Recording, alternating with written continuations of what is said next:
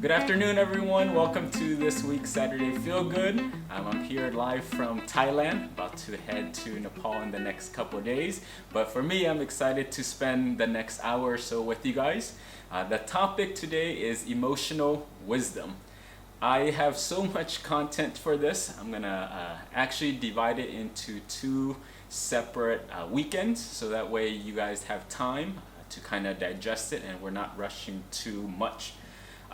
As you guys are aware, for me, when I do these kind of talks, I want to make sure I give you guys different perspective, just so you can hear it, just so you can grasp it a little bit differently. But I'm going to present some of this information from the Buddhist lens, just ancient wisdom, and also tied in with mental health, with my background, so that way you guys can see it in a different light. And then two, with all these talks, make sure you guys take the knowledge and apply it to your life. Otherwise, it's kind of pointless and it defeats the whole purpose. But again, take this knowledge, take this wisdom, and implement it as soon as you can, and hopefully this can help shift your world.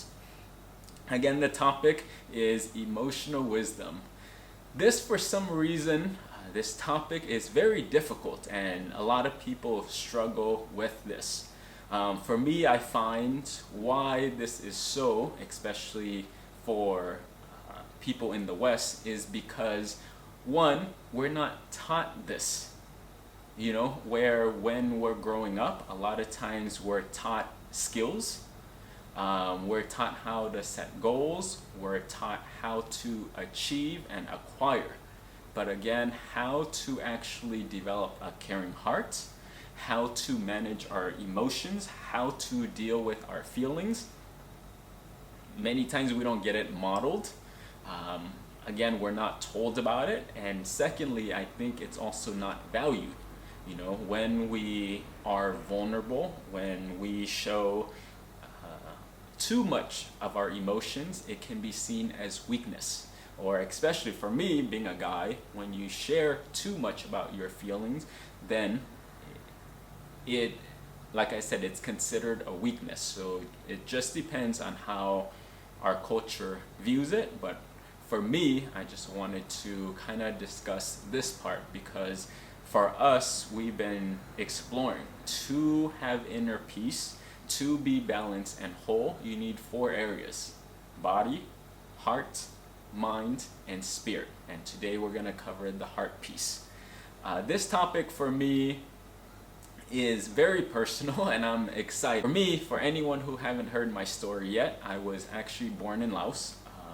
Long story short is we escaped from the country. It was a communist country at the time.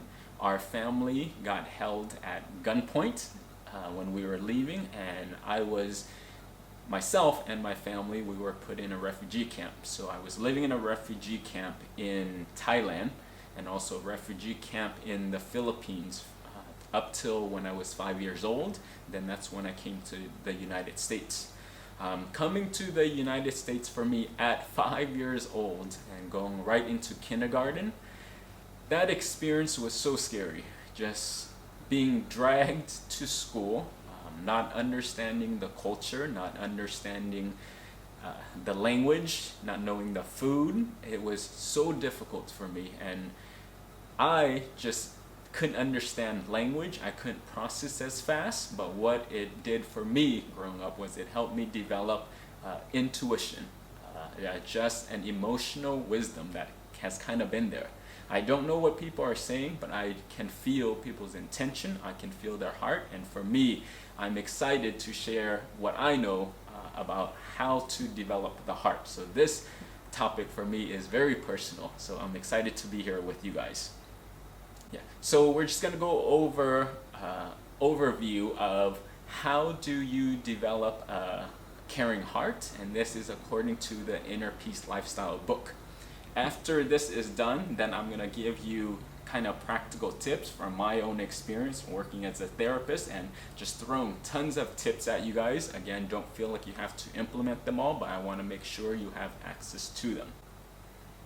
So to develop a caring heart, one of the easiest things to do and easy way to start is really through giving. Giving is easy because you can do it quickly. It's tangible. You can feel good right away, and there's so many different ways to give. To soften your heart, to develop a caring heart, there's 4 ways of giving. The first one is just with material support. Some of you guys donate money. For example, for the monks, when you guys come to Saturday Feel Good and you guys offer the food for us, that's a way to give materially. For monks, some people will offer robes, what you guys see me wearing here, that kind of donation. Some people will give like computers, electronics to different organizations, but just material support that will help someone or an organization. A second way that you can start giving is just through providing worldly knowledge. And an easy example is just what parents do with their children. When you're teaching them how to tie your shoes or tie their shoes, when you're teaching them how to shower, how to get dressed, how to drive a car, how to get a job, but these are things in the physical world that you can teach someone and give someone. So that's another way of giving. A third way of giving is just with spiritual knowledge. As a Buddhist monk, me doing a wisdom talk like this, just teaching you about the spirit, teaching you about how to have a caring heart, teaching you the path of enlightenment, that right there is giving spiritual knowledge. Also with you guys, you can share with one another your spiritual journey, how you guys have gone inside yourself, the wisdom that you pulled from your life, the struggles that you experienced. But again, by sharing your journey, by witnessing someone else's journey, that's another way of giving. And then a last one, way of giving is just with forgiveness. Forgiveness is one, when it comes to forgiveness, this piece is so key. Just because when we're interacting with different people, when we have conflict, when we have burdens and anxiety and resentment towards someone, it's just a lot of heaviness. It's a lot of energy. And when we forgive, what we're doing is we're releasing it. We're giving someone else an opportunity to grow, learn a lesson, and also you're giving yourself the gift of freedom, of a burden, of letting go. So when you want to give, remember that forgiveness is something as well. It's not saying that we're acknowledging that that event did not happen, but we're just saying that it's a little bit too heavy for me, and in this moment I want to release this burden for myself, and I want to release this burden for you. So again, to develop a caring heart, the first step is really with giving. It's very easy and it's practical, and you can start today. A second piece to developing a caring heart is just enduring speech. One of the defilements in Buddhism, there's 3, hatred, greed, and delusions. But to help with the hatred part is watch your speech. How do you talk to people? Just start today and be mindful, start observing, but to develop this caring heart for you, to soften it, change your language, change the tone. But when you're interacting with someone, make it where your speech is a little bit more gentle, it's polite, it's kind, and just be mindful of the tone and your interaction. And this is by practicing enduring speech. This is just a conscious decision that helps you to train that part, where you're not so aggressive, you're not so forceful, and it's a habit that you're developing. And it actually, just by practicing it, by performing it, it again softens your heart. So include and be mindful of your speech with yourself and also with other people. A third way to softening the heart, developing a caring heart, is just with helpfulness. helping others instead of competition. Being in the city, being in the work field, in the school environment, it's just very natural for us to compete, to be number one, to be recognized, but just understand that to develop this part of ourselves, we have to be helpful. You know, where you can win, but pull someone up with you. Help to guide them, that both people can win together. And when you win, they win. When they win, you win, and that is possible as well. But just, I would challenge you in this week is how can you be of service to someone else? And the tricky part is we say these kind of things, but we don't understand the magnitude of it. If you really are helping someone unconditionally, just giving that unconditional love, you actually gain something out of it as well. You don't have to be noticed, you don't have to be seen, but by doing this act, it just feels good for the soul. It's food for the soul. So when you truly grasp this concept, you'll want to help others, you'll put others first before you, because you understand by its nature, you automatically win, you automatically receive a benefit out of it. It might not feel like it, but you do, and you have to trust that. Just putting others first, but again, be helpful and find opportunities throughout the week where you can implement this. And last but not least is just consistent tactfulness. Consistent tactfulness is using those three things that we learned. It's giving, it's enduring speech, and it's also helpfulness. And do these things consistently. Why people struggle with developing the caring heart is because they're not consistent. They do it, twice a year that you give. You do it maybe twice a month. But again, these things need to be ongoing because you're developing a habit. Find a time, develop a schedule where you're constantly observing yourself. And even though you have obstacles that are coming up, pay attention. Can I still be kind in this moment? Can I still bring resolution to this conflict? But again, any chance you get, try to be consistent. Consistently giving, consistently kind with your speech, and then consistently helpful towards others. And another piece of this is just being tactful. Having discernment where depends on who are you with. When you're at work, these ways of giving, this way of speaking, it's different from when you're in a different environment. Work, and when you're with your mom, you have to speak differently. I know I have 3 older brothers, and when I'm talking to them, because they have different personalities and different characteristics, do all these things, but again, be tactful. Know the situation, know the environment, know the person, and consistently practice and endure. But these are the 4 things that will help you guys to start developing a caring heart.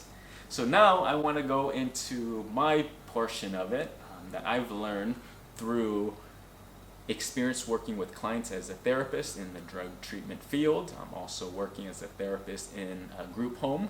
Been doing this, been in the mental health field for over a decade, and I just wanted to share some of my tips that would be helpful for you guys.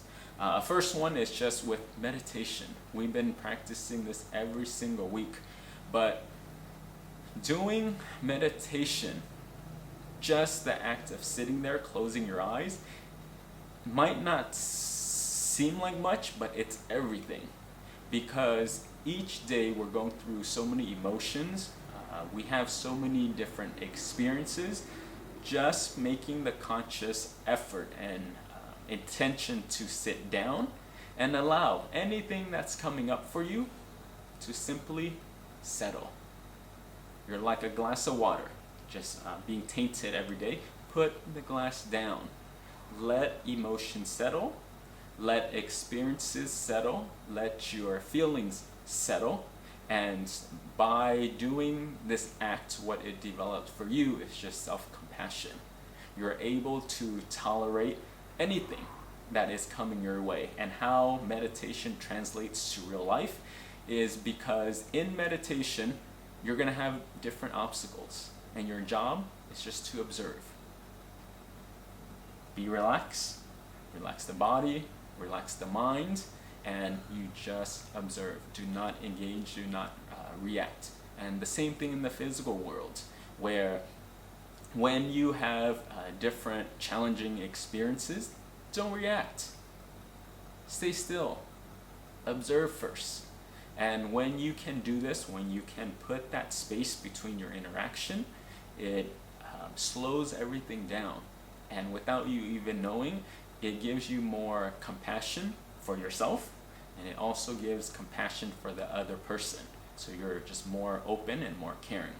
Also, at the end of your meditation, make sure you spread loving kindness as much as you can.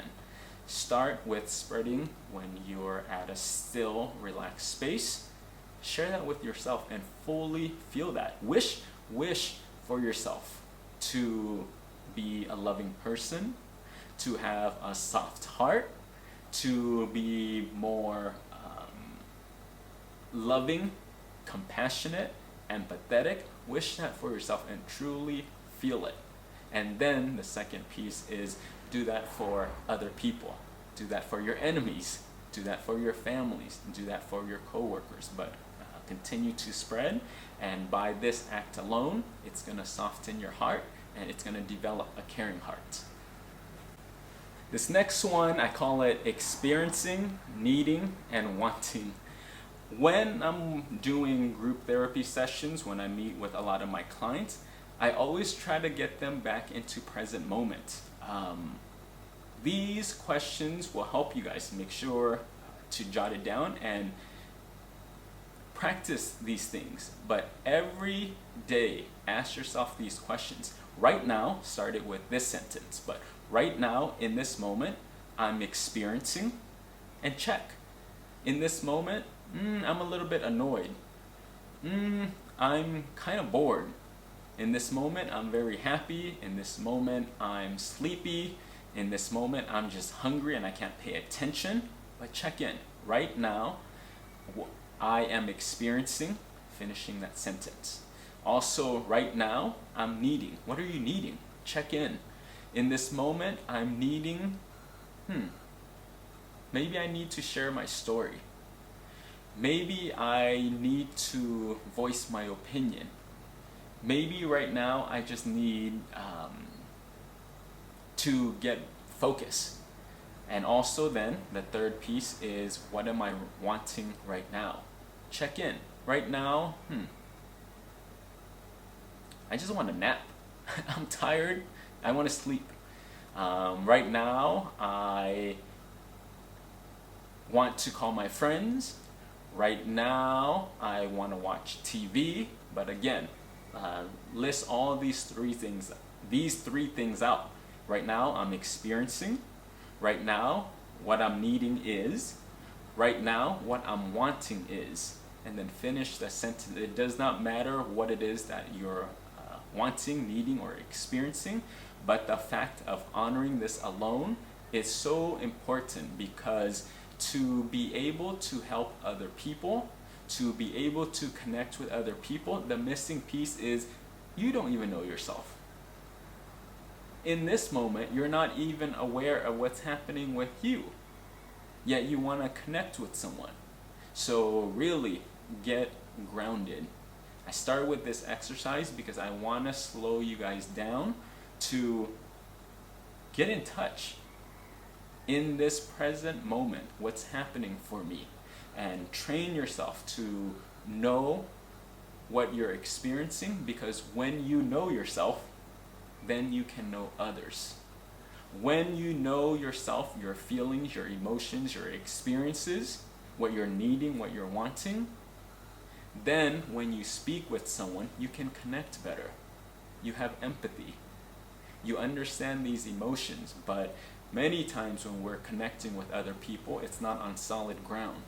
So to have a more caring heart, to have a stronger connection, know what's happening with you first. And I find that this exercise seems so simple, but if you can do this every day, it will transform the quality of your relationships. Again, ask yourself, right now I'm experiencing, right now I'm needing, and right now I'm wanting. So try it out, and I hopefully you'll enjoy this exercise. Third one is getting feedback.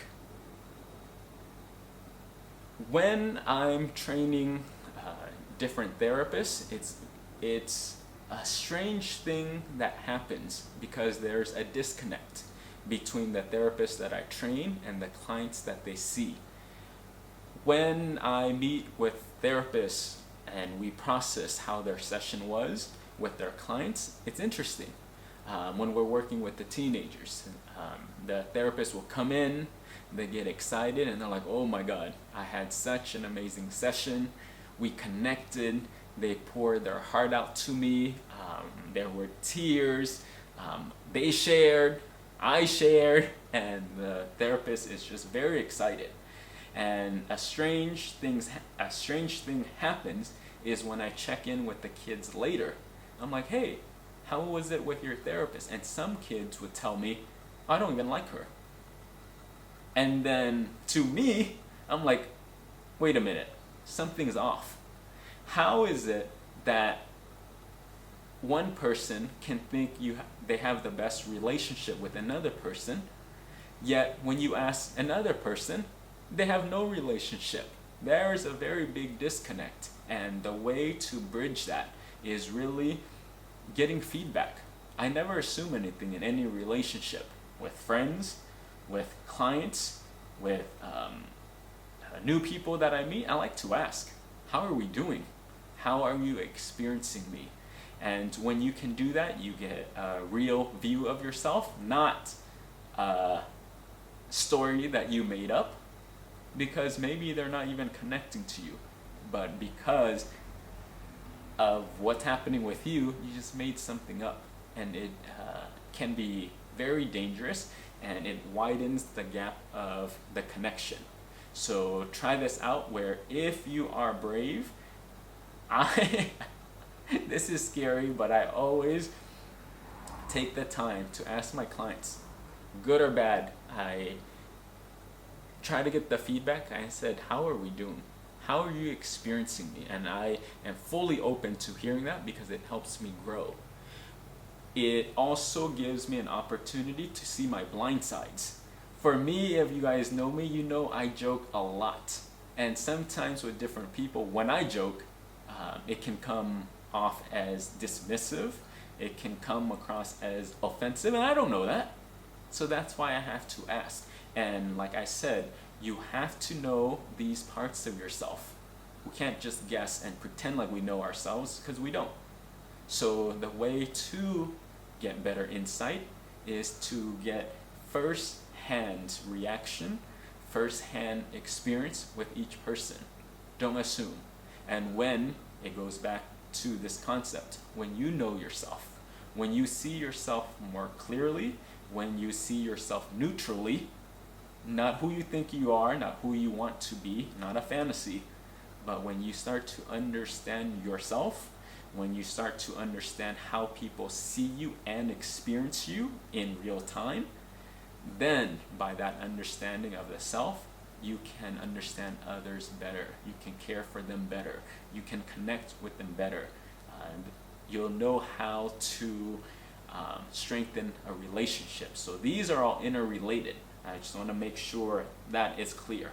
It's not separate, but by doing these practices, it's slowly developing you having a caring heart and the ability to connect with others authentically.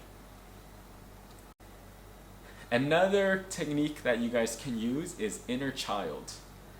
So many people come to meet with me and they complain and they share their struggles, their challenges. some people, I'll just use a specific one. People will come in and they just experience, let's say, for this sample is a death of their father. Their dad passed away, and their life just came crumbling down. Their heart is completely broken. They're grieving, and a big part of them is missing. And when I'm meeting with them, people are so hard on themselves. 1 week into after their father passed away, people would think, okay, I have to get back to work. What's happening with me? I'm too weak. I'm too sad. What is wrong with me? What is wrong with me that I can't get over this? What is wrong with me that I can't get over this divorce that where I've been married for like 20 years? It's only been a week. It's only been a year, but whatever difficulties you're having, whatever difficulties you're experiencing, be kind to yourself. And a tool for you is use your inner child. Imagine, again, take the current issues that you have right now. Imagine your inner child, a little boy, a little girl, age 6 or 7, a baby you sitting in front of you. And whatever struggles that you're having, ask this question and ask it to the little kid. How would they answer you? And that's how you should treat yourself. So when you ask the adult, everyone is so hard on themselves. They'll beat themselves up, where you're taking too long to grieve. You shouldn't feel this way. You should get over it. But when we do this exercise and I have people put their inner child in front of them, the answers are a little bit different. Let's imagine you ask this little kid of, you know what, my dad just died, our dad just died. How long should I grieve? Should I feel this way? And the little boy, the little girl in front of you would say, no, your heart's broken. Cry. That's it. Not a long, drawn-out answer. It's not using your logic, but it's just simple. Be kind to yourself. Be patient. You know, should I is it okay that I take more time off work? Ask the little kid. And the little kid will say, yes, of course. Will I be happy? The little kid will say, yes. So any heaviness that you have, ask this little kid in front of you, because when we process it ourselves, we're so harsh, very harsh on ourselves. So get yourself out of you, frame it to the little child within you, and that's the part that knows how to nurture you. That's the part that knows wholeness, and it's kind and it's compassionate. So pose whatever issues you're having to this little child, and it will change your whole world. So try it out. And for me, I'll just share a personal example of when I was going through my breakup, where I was always crying, very sad. I would beat myself up because I took such a long time to heal. I would be sad often, and I would beat myself up through this cycle. But when I got out of myself and just accessing a deeper well, emotional wisdom within me, it shifted me, because that part of me, that part of you is just more kind, more pure, and it will give you the answers that you need. So again, just get quiet, be brave, ask these big questions to the little boy, the little girl, and allow that inner well, allow that inner wisdom to guide you. So hope that helps. Forgiveness, we talked about this before, so I'm just going to skip that. Self-love, compassion. One of the tips is to develop a caring heart. Again, it needs to start with you. We can't control anyone, but an analogy I like to use, or an example I like to use was for me when I was down on myself or going through a difficult time. Take yourself out on a date. Like really make an intention, make a day where you get dressed up, do your makeup, wear your nicest clothes, maybe even give yourself a makeover, and take yourself out. And wherever you are in your journey, there's something to celebrate. Celebrate that you're still breathing. Celebrate your successes. Celebrate that you're continuing to fight and still working for you, that you took yourself out on this date. But really start to see we're always so quick to help others. We're always so quick to want to do good for others. And that's amazing characteristic, but also start to check in with you. Take yourself out and see, again, what am I needing? What do I even like? Do I even know what I like to eat? Do I even know what I like to enjoy? But spend some quality time with you. That sounds very strange, but take yourself to a nice restaurant, just you, eating by yourself and really celebrating you. And again, when you can do this, it just comes full circle, where when you know yourself, when you know your own needs and you're kind to yourself, it just softens you when you're with someone else, and it's prepping you, and it's only developing your foundation. See the good in others and incorporate it. Two ways you can do this. One is through journaling. So I think I shared this before, but during my ordination is for me to develop a caring heart, to get rid of jealousy and competition. What I did was in my journal, we had 30 monks who I ordained with, but really I wrote on top of each page a person's name. And for the length of the ordination, instead of me just comparing myself, instead of me being critical and nitpicking, oh my God, this person again, and they're so annoying. This person is so loud. This person is so sloppy.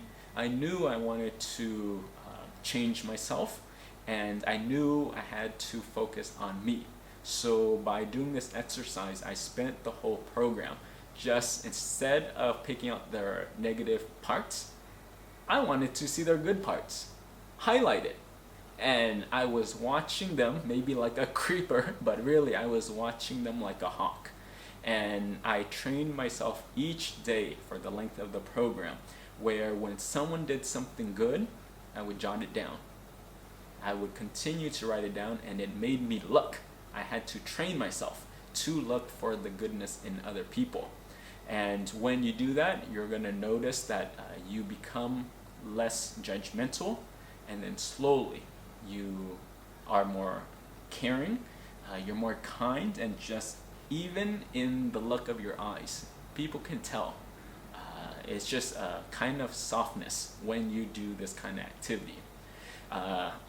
Another thing that you can do that I did for my office, we had 12 therapists, but I made a box, and on this box I just labeled it things, the good I see in others. And what I had my staff do is anytime they saw their coworkers, anytime they saw their clients making any progress, doing any good for that day, they would have to write it on a sheet of paper, be anonymous, and put it in this box. And each week I would pull out of this box and I would read it. And the person who got their name pulled, for them to hear what was happening, it was for them was an amazing feeling. And for the person who wrote it, they also had an amazing feeling. So do this exercise, whether it's in an organization where you can make a box and you can acknowledge people and train all of you guys, or two, if it's personal, then you can put it in a journal, just writing everyone's name and seeing the good in others. And the second piece of this is then incorporate those things. Instead of being competitive, see what is it that this person does so well, and ask them, how do you do that so well? How are you always on time? They'll probably share with you their techniques. They'll probably share with you tips that are helpful for them. They'll share with you challenges that they experience and how they overcome it. And for you, take that wisdom, learn it, implement it into yourself, and again, that will strengthen your relationship and will improve you. This next one is tell people how they impact you. Going back to what we said with the other example is many times people are so disconnected. We live in this fantasy world where we kind of make up a relationship. It's strange how we think someone's connecting with us, how we're connecting with someone, and we don't quite understand it. But if you want to change your environment truly, share with them. Because they're alive, because they're in your life, and because of their presence and their essence. How does that impact you? And when you can share that, I'm telling you, it will transform your world. A lot of times people will want to withhold this stuff. We feel like we're giving away our power, but if you truly understood it, you're adding to your power. When you do this, again, it just makes you a better person, a more kind person. So try this out with your partner, your spouse, your children. I would challenge you to take this risk. And when you're vulnerable, when you open up your heart and you speak truthfully without anything in return, no expectation, and watch what happens. Try this out and you might be surprised. Another thing you can do to develop a caring heart is spend some quality time with someone new. Me as a monk, there's a lot of new international monks in my environment currently, and to build the relationship for me, I've been training myself where I try to talk to someone I've never talked to, and I would just sit there. I don't need to get anything out of you, but I really want to understand your world. How did you get here? Who are you? What are your interests? What are your likes? What are your challenges? But I find that when I make an intention, when I make an effort to sit down with someone and just with an open attitude, I learn so much. I learn so much about them. I learned so much about me in the process, and just by witnessing someone's human experience, someone's journey, that alone will soften you, and that alone will make you feel connected. The issue is because we tend to divide ourselves, but when you come with an open heart to hear someone fully, it just gives you an opportunity to see, oh my God, I've never talked to you before, but whoa, we have the same challenges, we have the same struggles, we have the same interests, and I feel more connected to you. So try this out, and again, push yourself. Try this new thing and talk to someone. It's easy to talk to your friends that you already know and it's comfortable, but get out of your comfort zone and it will stretch your boundaries. It will stretch your ability to care and love as well. Change language to include the other person. Okay, so this is something I always try to educate the staff that I work with, the parents that I work with, and couples that I work with, because people are not connected. And they're not connected because you wouldn't think this, but the language that you use determines how you view things. Let me give you an example. So let's say you guys have kids and your kids are doing something great, and I tell you to give them feedback. So what would you do? You'll go up to your kids and you'll say, you know, you did amazing. Good job. Well done. Keep up the good work. But we do know how to praise. But the thing is, again, nothing wrong with this example, but it can just be stronger. Because when you just say good job, keep it up, it's only one way. There's only one person involved. But what I'm recommending for you is, in a relationship, change your language to include two people. So instead of telling your kids to say that, hey, I'm proud of you, you took out, or to say, good job, you took out the trash for tonight, that's it, but shift it. Excuse me. But shift it where include you in that sentence. Hey, I saw that you took out the trash. I just want to say I appreciate you and thank you. There you go.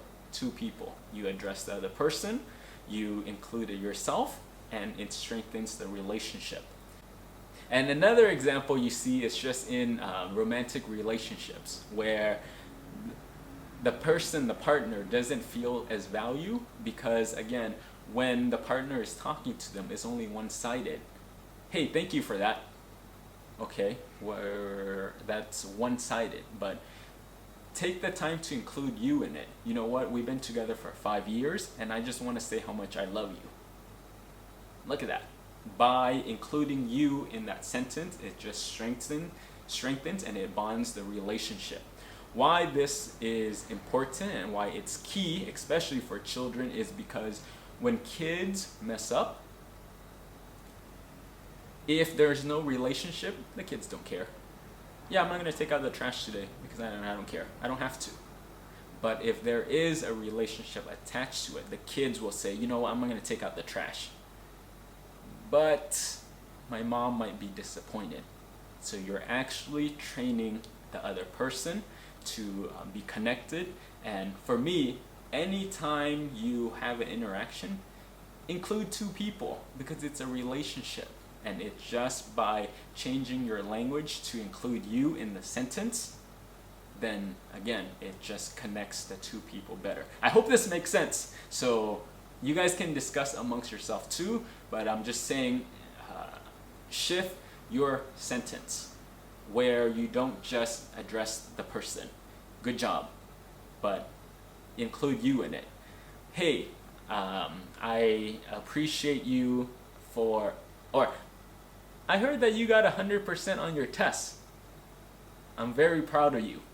There you go. I heard you got 100%, and then me, I'm proud of you, and that connects us. So use your language to connect, and that's just another training and another tool. Last one for me is just, I call it a just because gift. Many times people do acts of kindness with stuff attached or it's planned.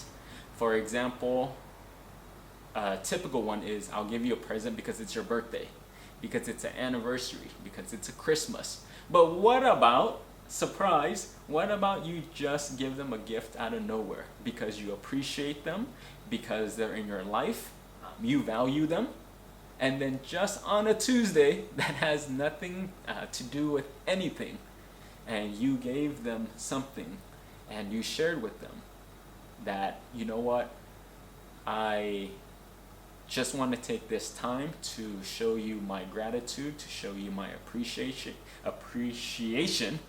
and I just want to say thank you. That's it. Don't expect anything, and if you can train yourself to do that consistently, that will transform your whole world, and two, it will soften your heart and again make you more caring and more compassionate.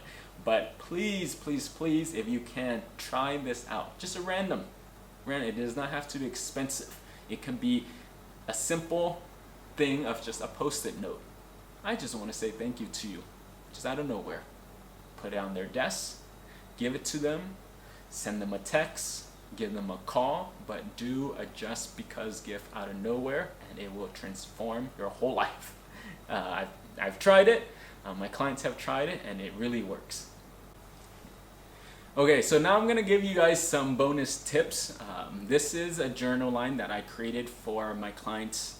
As you guys know, I work in Malibu, which is a high-end drug treatment center. The kids have everything, financially resourceful, but one of the things I noticed that was challenging was they didn't have a caring heart. They couldn't connect to their parents as much, so I developed this in order to train them and develop this new habit. This journal line is called I Love You Because. This one is I love you, Mom, I love you because. There's ones for Dad, I love you because. For your partners, baby, I love you because. Brother, I love you because. Grandma, I love, but there's a line of it. But I gave this to my kids because I wanted them to make a practice. When their parents came to visit them in the drug treatment center, instead of them arguing all the time and finding the faults, I wanted them to find the goodness in their parents. So every single day, the kids would have to put, I love you because, and really find out, why do I love my parents? What am I grateful for? And the kids every day diligently would write stuff down. At the bottom, you can see there's an area, and my kids help me out with this, but you can draw a feeling that is associated with it. But they do this, there's 100 pages until it's all done. And this, again, is training them, but at the end of this exercise, when they're fully finished, they surprise their parents. And it comes with a letter. Why they did this, what their parents mean to them, and they give it. And I want my kids to understand when you give this kind of just because gift, when you give out of expectations, it softens your heart, it softens their hearts, and it just transforms relationship. But regarding a caring heart, it's work, it's practice. And just like exercise, you need to exercise your heart muscles as well. And these tools hopefully will help you strengthen them. This is an exercise I want to leave you guys with. Lastly, is we'll play. We'll play, but walk through this exercise with me. If you guys were with me in person, with my clients, I would do this and have them actually come up and demonstrate it.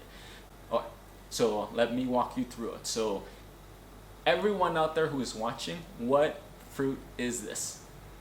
Okay, right, easy, right? So it's a lemon. If I were to cut this lemon in half and I were to squeeze it, what comes out of it? Okay, yeah, lemon juice, easy. Next one, what is this? A lime. Okay, let's cut it in half, squeeze it in a cup. What comes out of it? Yes, lime juice. A few more. Okay, what is this? Right, a pomegranate. Cut it in half, squeeze it. What do you get? Pomegranate juice. You're getting it. And last one is, what is this? Yes, an orange. Cut it in half, squeeze it. What do you get? You get orange juice. So let me ask you a question. Is it possible that if I were to cut up this orange, I squeeze it, and then you get grape juice? Not possible. Can I squeeze an orange and you get pomegranate juice? Not possible. Why? Yeah, because that's not what it's made of. That's not its content inside. So let me take this exercise to a different level. Let's imagine we squeeze you down to size. Squeeze, squeeze, squeeze. Down here, palm of my fingers, and let me squeeze you. What comes out of it? Is it jealousy? Is it greed? Is it anger? Is it love? Is it envy? I don't know. But in our culture, we have this thing where we fake it till you make it. With a caring heart, that doesn't work. Because if you're a jealous person, you can pretend to not be a jealous person. You ooze out of it. It just radiates out of you. Your tone of your voice, the way you posture, the way you look, the way you speak, It just comes out of you. So if you want a caring heart, just know these exercises that I'm sharing with you, implement them. Change the core of who you are. Soften your heart for reals. Don't put on a pink shirt that is nice and think, oh, now I'm caring. It doesn't work that way. Because if we were to squeeze you, the real content of you comes out. And if you want to be a loving, you want to be a kind, compassionate person, instill that in you. Know yourself, give to others, practice these tools, and tactfully be consistent and continue and endure. So I hope these things are helpful for you guys. Please take the next few moments to discuss what stood out for you guys here. How's your heart on a scale of 1 to 10? How is your heart right now? Where do you want to be? And what can you implement to get to this next step? But please have an open, candid discussion. Learn from one another. See what has worked for you. But share and have an open dialogue. And I hope you guys enjoyed it. And saying hi from Thailand, and hope to see you guys soon. All right, thank you. Have a good night.